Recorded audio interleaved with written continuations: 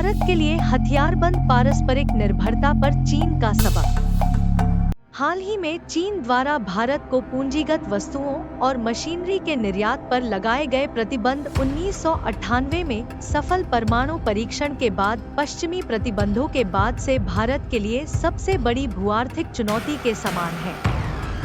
पिछले कुछ हफ्तों में रिपोर्ट्स में कहा गया है कि चीन भारत को महत्वपूर्ण मशीनरी का निर्यात सीमित कर रहा है, जिससे भारतीय कंपनियां उत्पादन बनाए रखने में कठिनाई महसूस कर रही हैं। दशकों की असफलता के बाद भारत अब इलेक्ट्रॉनिक्स उत्पादन में तेजी से बढ़ रहा था, लेकिन चीन के इस कदम से इसका औद्योगिकीकरण प्रभावित हो सकता है।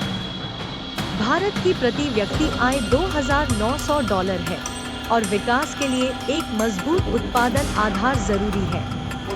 चीन के बिना यह संभव नहीं, और यदि चीनी निर्यात प्रतिबंध स्थायी होते हैं तो यह भारत के लिए 1998 के बाद सबसे बड़ी भूआर्थिक चुनौती हो सकती है।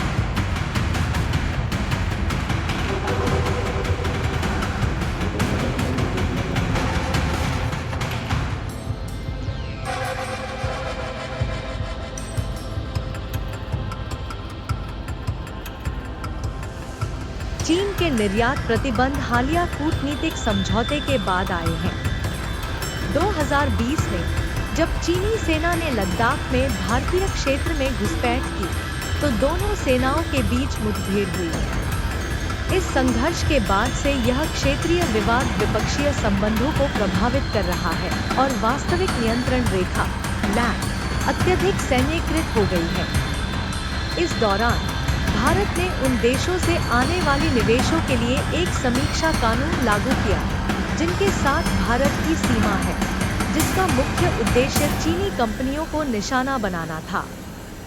भारत की तुलनात्मक पिछड़ापन के कारण ये कदम ज्यादा प्रतीकात्मक थे, न कि वास्तविक दबाव के उपाय। इसके बावजूद दोनों देशों के आर्थिक और सुरक्षा मामलों में रिश्ते खराब हो गए थे। इस स्थिति में हालिया कूटनीतिक शांति ने कम शत्रुतापूर्ण संबंधों की संभावना जताई है।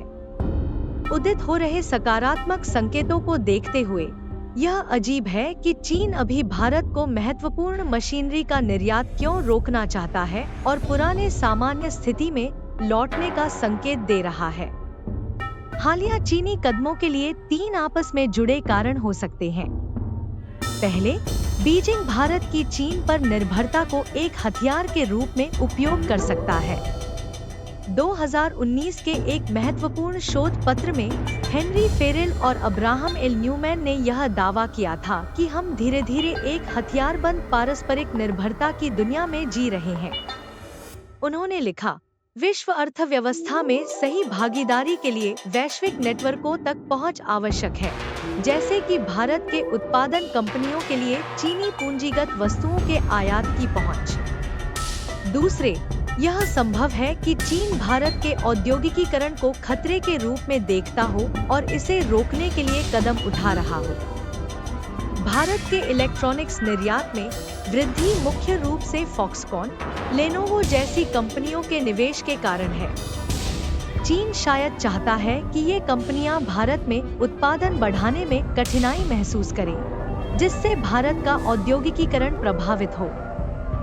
तीसरे, डोनाल्ड ट्रंप के आगमन के साथ वैश्विक भूराजनीतिक बाजार अस्थिर हो गया है और बीजिंग शायद नई दिल्ली के खिलाफ कुछ शुरुआती कदम उठाना चाहता है। पिछले दशक में बीजिंग ने चीन भारत संबंधों को चीन अमेरिका संबंधों के संदर्भ में देखा है। बीजिंग के नजरिए से भारत असल में अमेरिका का सहयोगी है। इसलिए यदि चीन अमेरिका संबंध खराब होते हैं तो बीजिंग के लिए भारत के खिलाफ कदम उठाना उचित हो सकता है।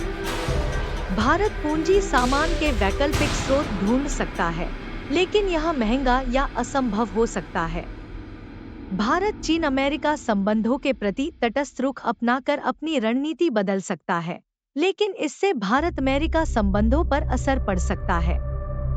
अंत में भारत चीन के करीब जा सकता है, जिससे उसे तेजी से औद्योगिकीकरण में मदद मिल सकती है, लेकिन अमेरिकी बाजार खोने का खतरा भी रहेगा। भारत संभवतः इन सरल विकल्पों में से कोई एक नहीं चुनेगा। इसके बजाय यह एक मध्यम मार्ग अपनाने की कोशिश करेगा, जिसमें कुछ अस्थायी उपाय और विविधीकरण शामिल होंगे। फिर भी ऐसे भूआर्थिक चुनौतियां और भी अधिक बार सामने आएंगी, क्योंकि भारत और अधिक औद्योगिकीकरण करेगा और इन्हें नेविगेट करने के लिए कुशल राज्य नीति की आवश्यकता होगी।